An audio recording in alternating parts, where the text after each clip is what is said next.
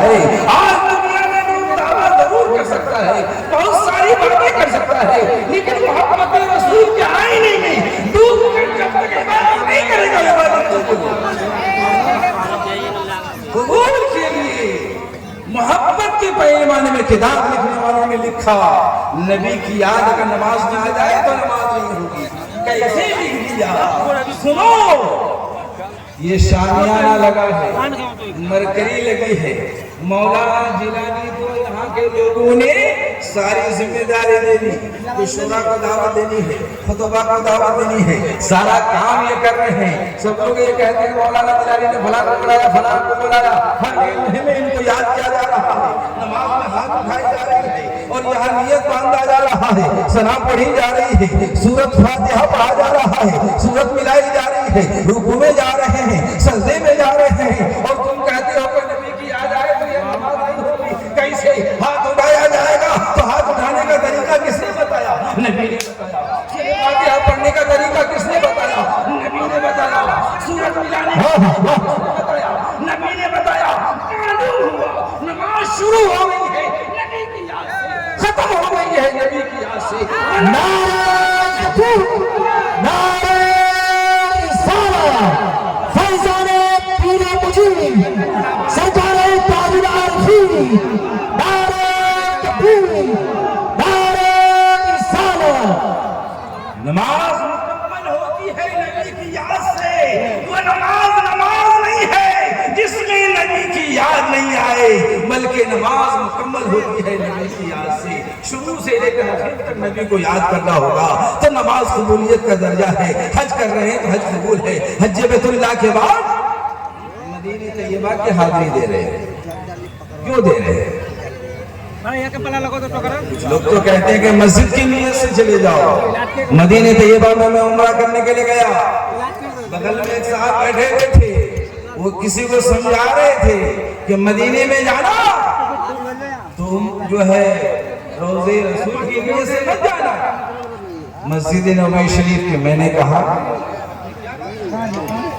کہ مسجد شریف کی نیت سے کیوں؟ حدیث میں یہاں حرم شریف میں کتنا ثواب ملے گا؟ 1 لاکھ. مسجد نبوی میں 50,000. تو گھاٹے کا سودا کرنے کے لیے کہا کہ نہیں جائے. میں نے کہا کہ گھاٹے کا سودا کرنے کے لیے مدینے میں کیوں جائے گا؟ ارے مولانا تم کو معلوم نہیں ہے, نبی فرماتے ہیں من حج فلم یزرنی, جس نے حج کیا میری زیارت نہیں کی فقط جفانی, اس نے مجھ پر ظلم کیا ہے. جو نبی پر ظلم کرے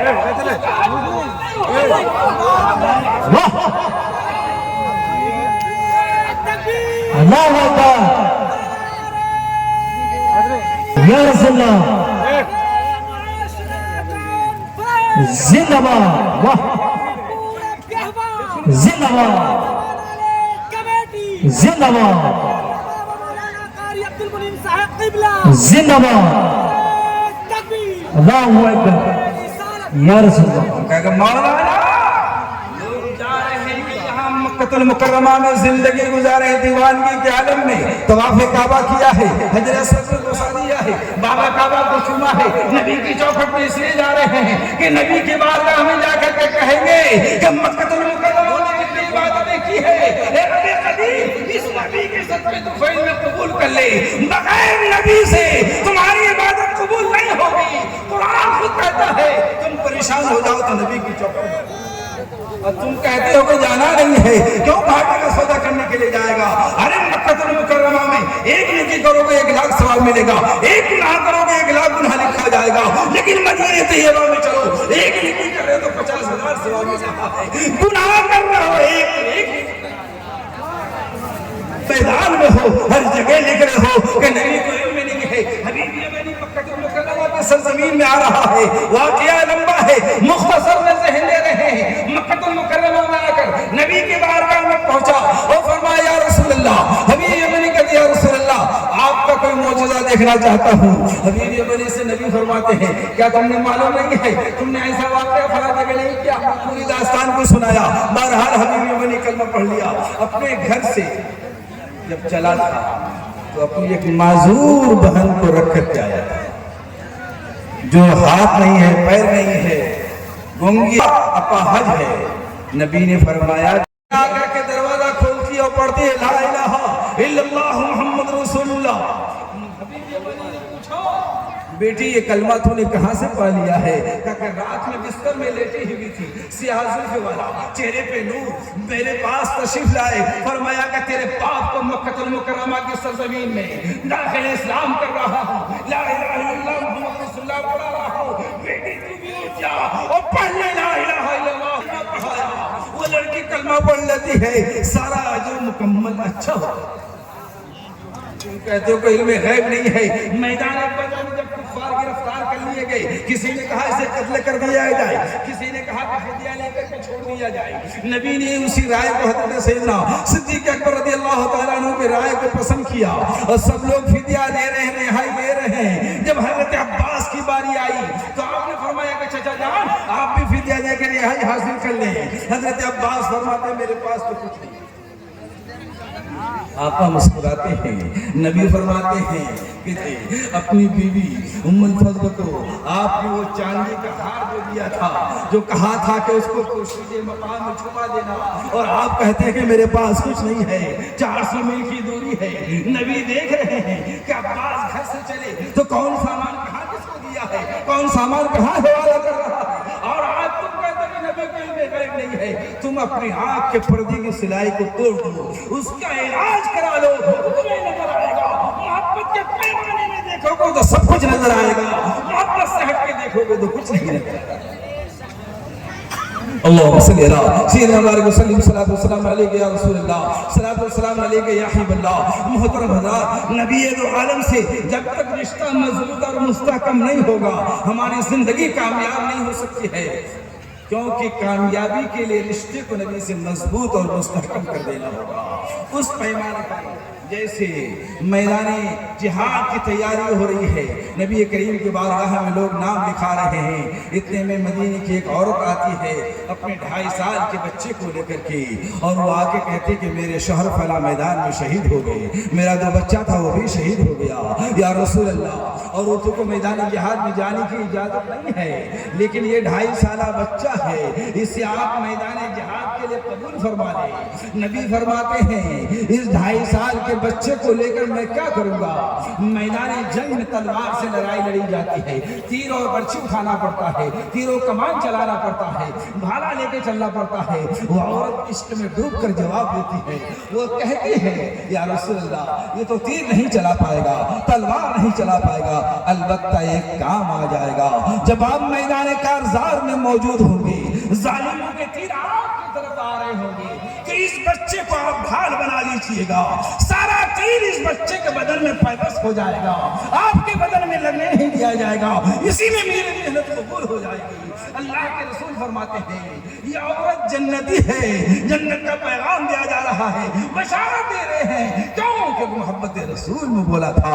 اس محبت کا پیمانہ ہے, صحابی رسول ہیں, اللہ کے رسول نے فرمایا جا رہا ہے جنتی ہے, جنت میں جائے گا. دیگر صحابہ نے سوچا اس کا عمل کیا ہے کہ اللہ کے رسول فرما رہے کہ یہ جنت میں جائے گا. ظاہری طور پر تو ہم کوئی عمل نہیں دیکھ رہے ہیں, لوگوں نے بھی سوچا کوئی عمل نہیں ہے, پشت میں ہے. نبی فرماتے کہ تم سوچ رہے ہو تمہارے بھائی کا کیا عمل ہے, اس کا کوئی عمل نہیں ہے, لیکن سنو اللہ فرماتا ہے کہ جب رسول اللہ کے چہرے میں پسندگی کے آثار ظاہر ہوتے تھے, جلال ظاہر ہوتا تھا, تو وہ صحابی رسول نبی کی بارگاہ میں پہنچتے تھے اور ایسی کوئی بات سنا دیتے تھے جس سے نبی مسکرا دیتے تھے. نبی کے مسکرانے کو اللہ فرماتا ہے جو میرے محبوب کو ہنسا دے وہ جہنم نہیں. نبی کو ہنسا رہا ہے تو جنت میں جا رہا ہے. یہ سب لوگ نبی کے بارگاہ میں خراج عقیدت پیش کر رہے ہیں, توبہ کی سرزمین پہ نبی محمد صلی اللہ علیہ وسلم کر رہے ہیں, اور تم کیا کہہ رہے ہو؟ یہ سب اسی کے صدقے تو فیل, یہ سب لوگ جنت میں. صحابی رسول سے کہا گیا کہ دیکھو اور کیا عمل کرتا تھا, بازار جاتا تھا, نبی کے لیے شہد لیتا تھا, پنیر لے لیتا تھا. اللہ کے رسول کی بارگاہ میں پیش کیا, یا رسول اللہ ہم آپ کے لیے شہد اور پنیر لے کے آئے ہیں. نبی نوش فرماتے ہیں اور کیا ادھار لے کر کے آتا تھا, غریب تھا سب سے, پیسہ لے کر کے قرض لے کر کے آیا. کچھ دن کے بعد وہ دکاندار آ گیا اس کے پاس پیسہ لینے کے لیے, وہ دکاندار کو لے کے نبی کی بارگاہ میں جاتا تھا، یا رسول اللہ یہ آ گیا ہے شہد اور پنیر کا پیسہ لینے کے لیے۔ نبی مسکراتے ہیں، مدینہ میں مصطفی پہ زیادہ قریب ہے۔ محبت کا پیمانہ دیکھو، نبی کے لیے قرض لے کر کے لے کے آیا ہے کہ مصطفیٰ کو کھلاؤں گا، جہاں سے ہوگا پیسہ دوں گا، چوری کر کے نہیں لایا ہے۔ نبی مسکراتے ہیں، فرماتے ہیں لو یہ پیسے ادا کر لو۔ نبی کو کھلا بھی رہے ہیں، نبی سے پیسے لے کے پیسہ ادا کر رہے ہیں۔ نبی فرماتے ہیں یہ تمہارا ساتھی ہے جنت۔ نبی کا مسکرانا، تو نبی کیسے مسکرائیں گے بغیر نماز پڑھے ہوئے، بغیر روزہ رکھے ہوئے، بغیر حج کیے ہوئے، بغیر زکات دیے ہوئے، شریعت پر ہم کام کرتے چلیں گے۔ نبی کا مسکرانا ہوگا، ہماری عبادت قبول ہو جائے گی۔ آخری بات کہہ کے میں اپنی جگہ لیتا ہوں۔ اللہم صلی اللہ سیدنا علیہ وسلم، صلاۃ والسلام علیک یا رسول اللہ، صلاۃ والسلام علیک یا حبیب اللہ۔ ہمارے بھائی ابھی دربار رسالت میں اشعار پیش کر رہے تھے، اس پر شاعر کہتا ہے میرے نبی کی بات چلی تھی ابھی، میرے نبی کی بات چلی تھی ابھی ابھی، نظروں میں مصطفیٰ کی گلی تھی ابھی ابھی، سینے میں میرا دم رک گیا تھا اسی لیے، سینے میں میرا دم رک گیا تھا اسی لیے، طیبہ کی گلی سے زور ہلی تھی ابھی ابھی، معلوم کر رہے تھے فرشتے جبریل امین سے یہ کس کی زباں پہ نعت نبی تھی ابھی ابھی، شبیر چشم تر کی حقیقت نہ پوچھئے، ماہ عرب سے آنکھیں ملی تھی ابھی ابھی، میرے نبی کے جیسا نہ ہوا نہ ہے نہ ہوگا، میرے نبی کے جیسا نہ ہوا نہ ہے نہ ہوگا، ہے بدن بھی ان کا نوری، پیرہن بھی ان کا نوری، ان کے جسم کا سایہ نہ ہوا نہ ہے نہ ہوگا، بحضور رب اکبر رب سے ملنے گئے تھے۔ شاعر نقشہ کھینچتا ہے، معراج کی رات میں مصطفیٰ جا رہے ہیں، نماز لے کے آ رہے ہیں، موسیٰ علیہ نبی علیہ الصلوۃ والتسلیم سے ملاقات ہو رہی ہے، واقعہ بہت لمبا ہے، 9 بار جا رہے آ رہے ہیں۔ دنیا میں دستور ہے جب آپ پرمیشن لے لیتے ہیں تو ایک ہی بار اجازت ملتی ہے، لیکن وہ پوری دنیا کا سب سے بڑا پرائم منسٹر ہے، اس سے بڑھ کر کوئی نہیں، اس بارگاہ میں نبی جا رہے ہیں۔ شاعر کہتا ہے بحضور رب اکبر رب سے ملنے گئے تھے دوبارہ، کسی اور میں یہ جرت نہ ہوئی نہ ہے نہ ہوگی، یاد کا پسینہ کی خلیل ہے مشکل۔ نبی کے پسینے کو شاعر کہتا ہے ہم تو 100 روپے 500 روپے 1000 روپے 1 لاکھ روپے کی خوشبو لگا لیں تو ہفتہ دن 10 دن مہینے دن کے بعد خوشبو ظاہر ہے، لیکن مدینے پاک میں ایک غریب انسان ہے، اس کی بیٹی کی شادی ہونے والی ہے، حدیث میں نبی فرماتے ہیں کہ خوشبو بہترین چیز ہے، وہ شخص کیونکہ خوشبو عرب میں مہنگی ملا کرتی تھی، آج بھی مہنگی ہے، وہ پریشان ہے تو اس کی بیٹی کہتی ہے کہ آپ کو پریشان ہونے کی ضرورت نہیں ہے، مصطفیٰ جان رحمت گرمی کا زمانہ ہے، کھجور کی چٹائی میں آرام فرما ہے، پسینے جس میں اقدس سے بہ رہا ہے، آپ نبی کی پسینے کی خیرات لا کر کے ہمیں لگا دیں، یہ مشک و عنبر سے بہتر ہوگا۔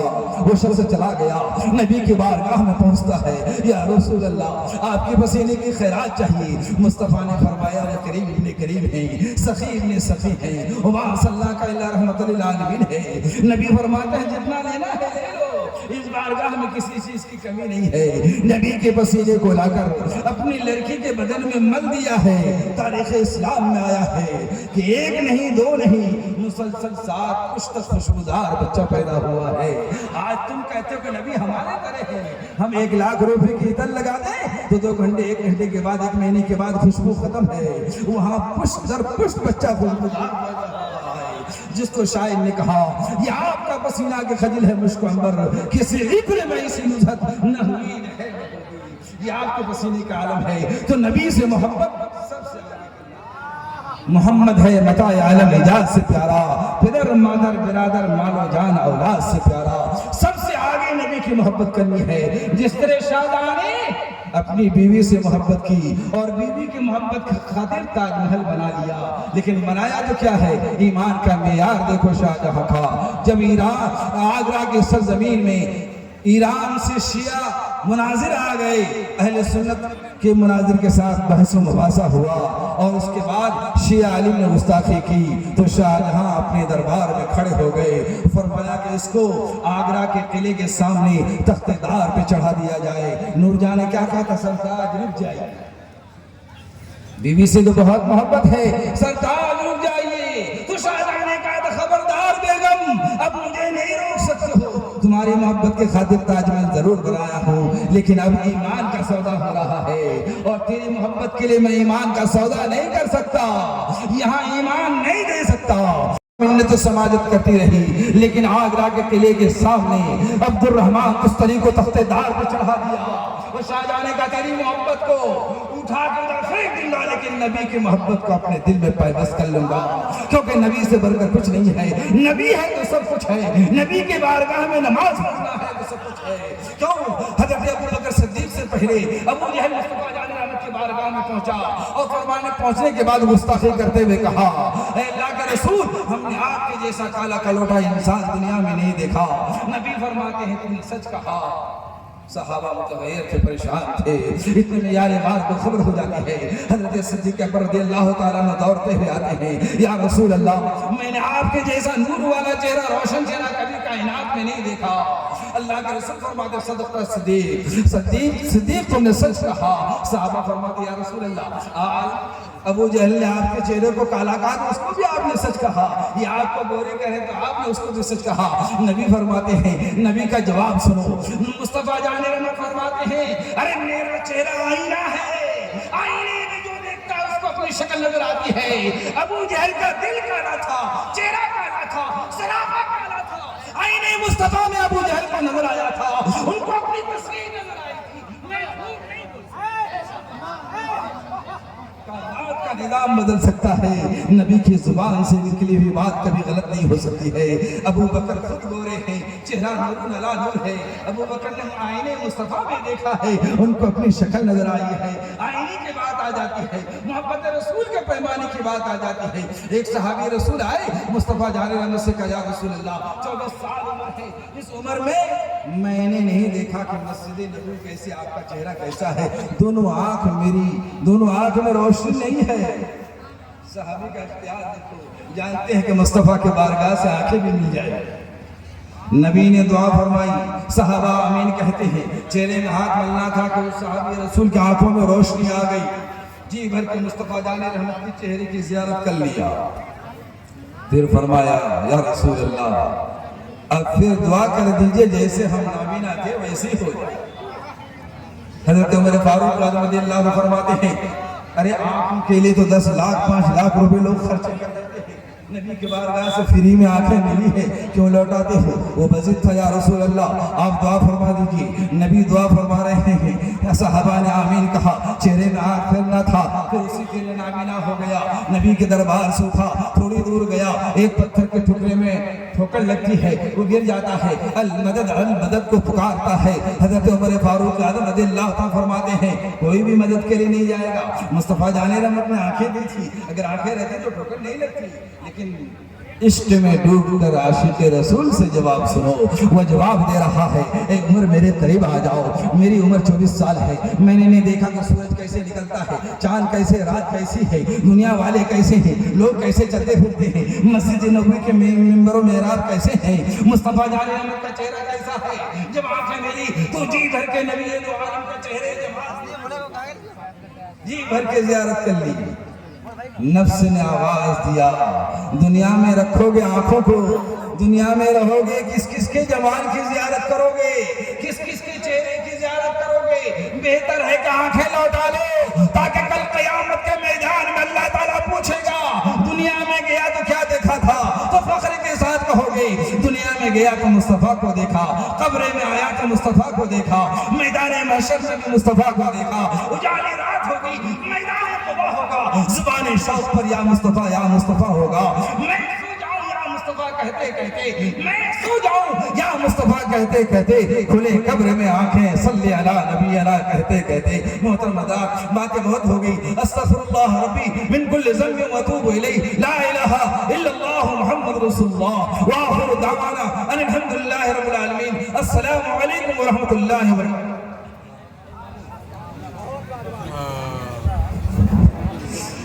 صدا اسلام چمکا ہے، صدا اسلام چمکے گا، محمد مصطفیٰ